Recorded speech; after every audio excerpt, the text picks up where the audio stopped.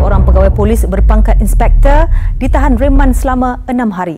Polis Raja Malaysia PDRM mengesahkan 2 pegawainya ditahan. Suruhanjaya Pencegahan Rasuah Malaysia SPRM menahan 4 pegawai dan anggota polis. 3 anggota polis berpangkat korporal ditahan. SPRM menahan 2 individu iaitu pengurus besar dan pengurus akaun sebuah syarikat berkaitan kerajaan GLC.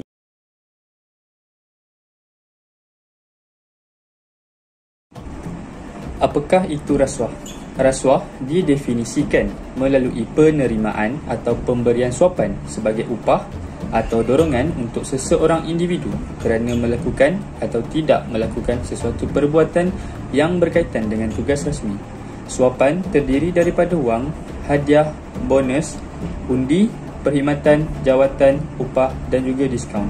Sebagai contoh, seorang kontraktor telah menghadiahkan seutas jam tangan kepada seorang pegawai kerajaan kerana telah meluluskan projek kepada syarikat milik kontraktor berkenaan. Rasuah ni secara amnya dia melibatkan 2 pihak, di mana pihak yang pertama ialah yang memberi dan pihak yang kedua ialah pihak yang menerima. Pemberi dan penerima rasuah ni mereka menerima ganjaran mereka menerima suapan dalam pelbagai bentuk seperti undi, perkhidmatan, duit dan sebagainya untuk kepentingan diri sendiri untuk tidak melakukan atau melakukan tugasan rasmi ataupun tugasan yang sepatutnya. Seperti contoh macam kalau kita nakkan sesuatu seperti ahli politik, dia nak kat undian, dia akan memberikan suapan ataupun ganjaran kepada pengundi-pengundi di luar sana untuk mengundi mereka. Contoh sebab kata Datuk Seri Azam Baki, Ketua Pesuruhjaya SPRM, dia mengatakan yang sistem nilai dalam diri seseorang penjawat itu tidak kisahlah sama ada atau awam ataupun swasta, sekarang kian menurun dengan adanya penyakit COVID-19 ini yang menyebabkan ekonomi mereka dan juga ekonomi negara semakin merudum, yang menyebabkan mereka ini terlibat secara langsung dan tidak langsung dalam aktiviti kotor rasuah. Nama-nama lain dalam rasuah. Dalam dunia hari ini, rasuah disebut dalam berbagai-bagai sebutan agar ianya tidak nampak seperti rasuah. Ada yang disebut sebagai sogokan, suapan, tumbuk rusuk, makan suap, wang saku, duit kopi, bawah meja dan sebagainya. Semua nama-nama ini bermaksud sebagai rasuah. Jadi rasuah ni datang dalam pelbagai bentuk, antaranya adalah hadiah. So contoh rasuah dalam bentuk hadiah ni adalah seorang kontraktor memberikan hadiah sebuah jam tangan kepada pengurus kewangan ni supaya dia mempercepatkan proses bayaran tuntutan kontraktor tersebut.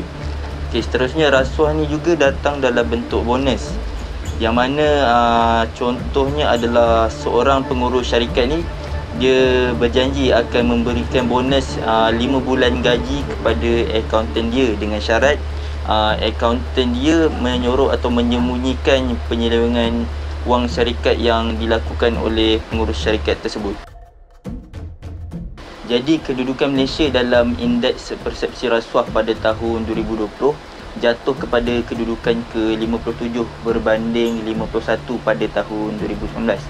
Benda ni menunjukkan etika yang berada di Malaysia menjadi semakin teruk, dan benda ni sekiranya dibiarkan lama kelamaan akan menghakis peradaban di Malaysia.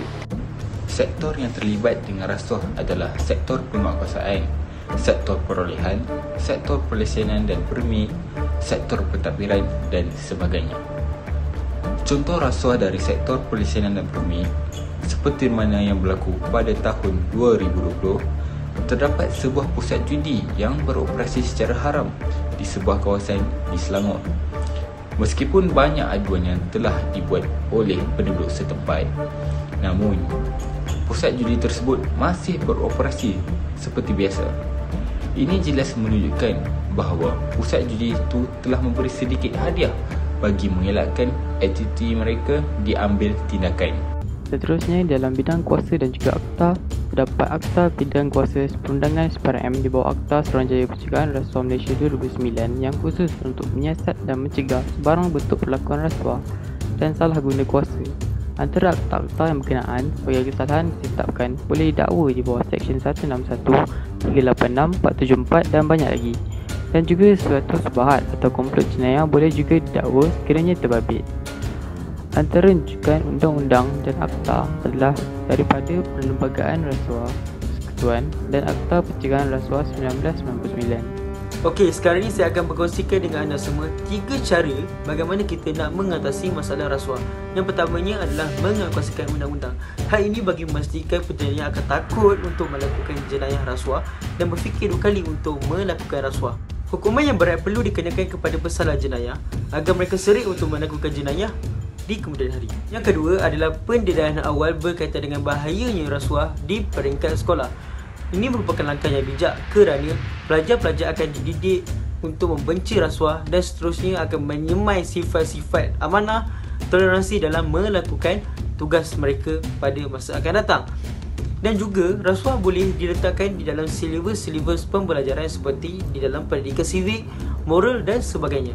Yang ketiga, saya sarankan adalah segala urusan daripada kerajaan maupun swasta perlu dimudahkan dengan kemudahan internet. Dengan cara ini, seorang individu lebih cenderung berurusan secara online yang lebih cepat dan cekap serta boleh mengelakkan amalan rasuah seperti sogok, dekopi dan sebagainya semata-mata untuk mempercepatkan proses sesuatu urusan.